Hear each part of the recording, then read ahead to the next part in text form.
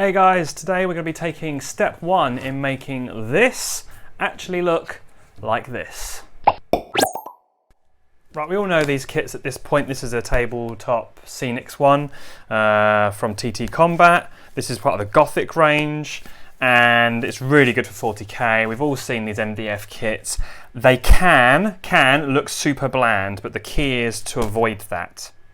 So we're going to look at some tips on how to build this in a really good way and how to make it look so much more than it currently is. And yes, throughout I will be comparing this to scratch built and 3D printing to see what it offers. Right, first up it comes nice and flat pack, which makes it easy to get it in the post. This just came through the letterbox, no problems at all. It's not too heavy. And you end up with a whole bunch of sheets of laser cut MDF. Now, first thing you'll notice here is that this is not an instruction manual. It does, however, tell you to go to the website in order to get these. So have a phone or an iPad handy because it gets tricky. There's no numbers on any of these. Downside of no numbers, it can be really tricky to know what goes where sometimes. Upside, you can just punch out all the pieces without any worry about losing which sprue they came from. So the key here is to punch out all the pieces that you're going to need and put them in piles of the similar parts, and that's what I'm going to do. These, you just push them and they come out pretty easy. You get any stubborn ones, just take a knife and nick the joining point and it just pops out like that. Right, 10 minutes worth of work to get all these cut out. Pretty good going. First impressions then.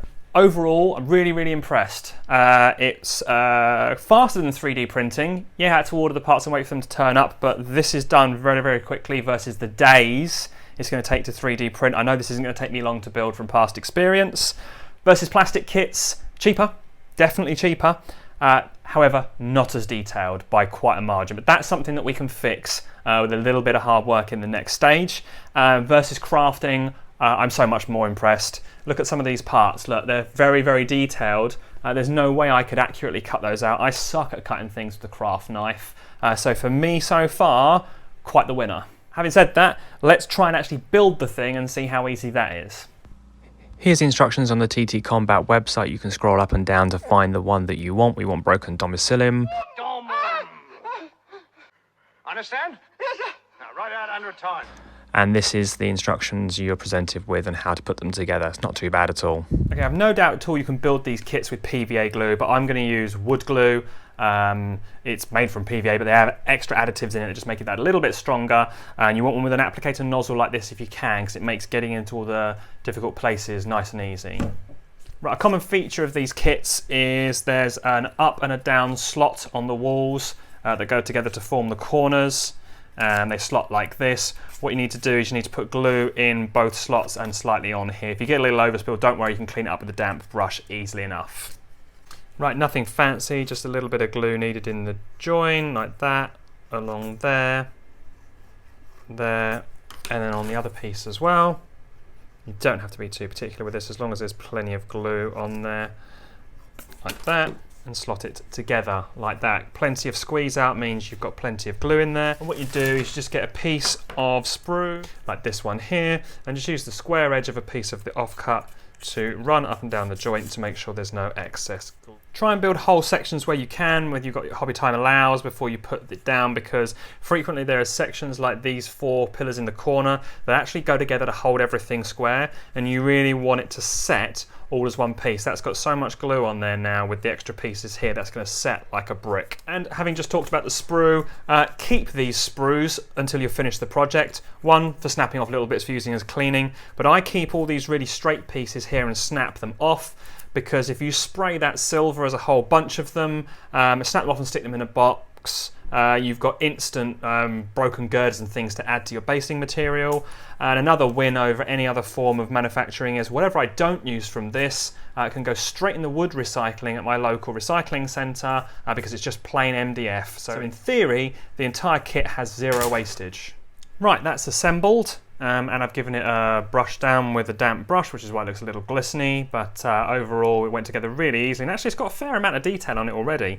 But what it also comes with is these nifty card sheets, and these have got some punch out additional details. They're quite substantial for card, and what we got is a piece here, and it's shaped so that you can stick it on the inside of the arches like this and give you some nice curved arch detail, and there's pieces to go on the inside as well. So I'm going to add these now and see how it really looks.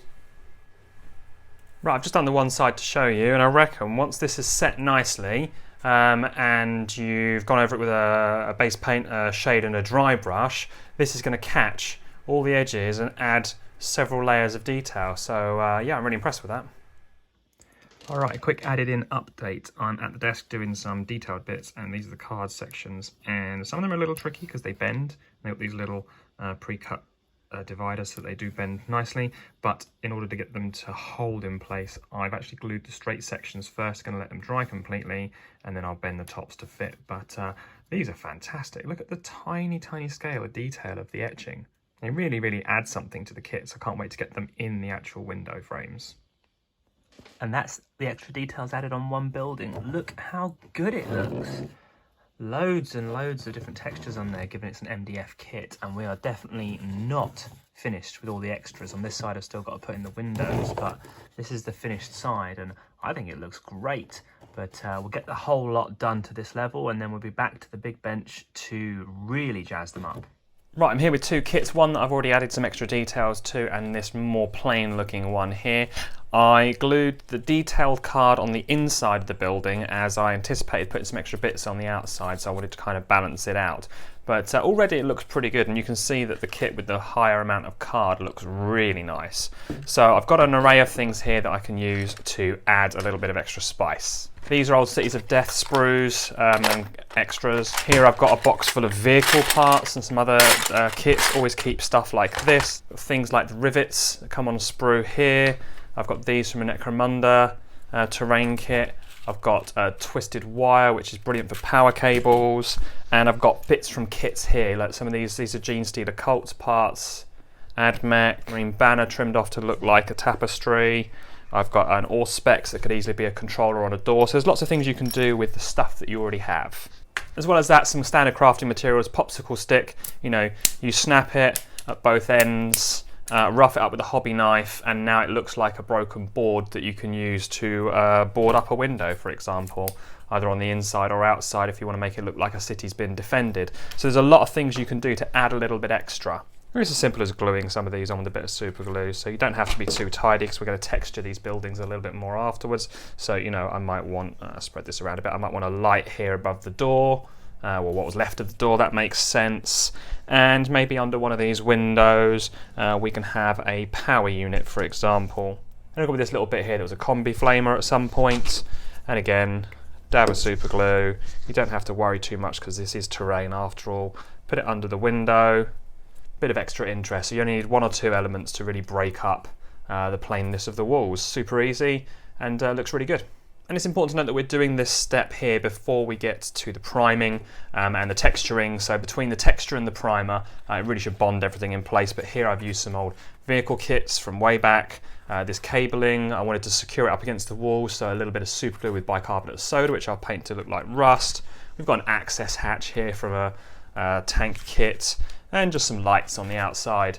But overall, I think it really adds something to the piece, especially when you paint it. You know, there'll be a building that's got all the various colours on it, except these will be bright red probably to make them really pop. And it doesn't just stop with the walls, we're going to do something with the floors.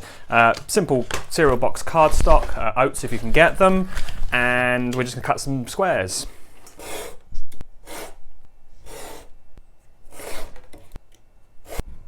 A whole bunch of them cut out, and I'm just going to roughly PVA them on.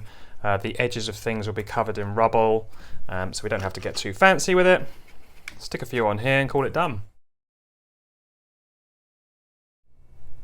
A few wonky ones like this, gap here, slight miscut there. Not a problem. I'm going to cover that all up when I do the rubble on effect on the next stage. Alright, it's time to add a bit of texture. So in this pot I've got a 50-50 mix of PVA glue and ready mix filler or ready mix spackle. It's quite creamy consistency, so it's easy to get out the pot. And all you've got to do is be really messy with this. Get a skanky old brush, and I'm just stabbing it on there, and I'm not putting too much on. And then when I've got on there, I'm moving around with a stabbing motion to add like a rough stonish texture. And because this is a combination of filler, you get the speckly effect, and the PVA in it will help it bond to the MDF surface, and it'll be nice and firm. And just go around and doing that, and that's all you need to do. By the time you prime over this, it will unify the surface so it won't look weird at all, and you end up with something like this. So again, once it's primed, it won't look different colours, and you get this nice rough texture. So when you put washes and or dry brushing on top, you're going to get a nice look, and it's not going to look plain and flat. Alright, and here's the terrain all done, and for £20 UK for this set, I think it's absolutely fantastic. I've really enjoyed putting it together. Obviously added a few extra details to really jazz it up a lot, but you get quite a lot of terrain on the board. As you can see, got Brother Scale Marine here to show that this that I deliberately built as a 2-story, whereas it could be 2 1-stories.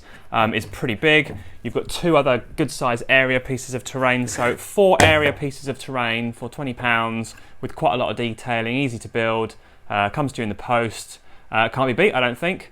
So yes, it's not as detailed as a plastic kit with the textures and things. You've got to do a bit more work, but it's cheaper. And versus 3D printing, it's a lot less faffy than trying to run a 3D printer. So I think it's a real winner. So next episode, I'm going to go over doing the painting and how I got my kit to look like this. And I hope to see you all then.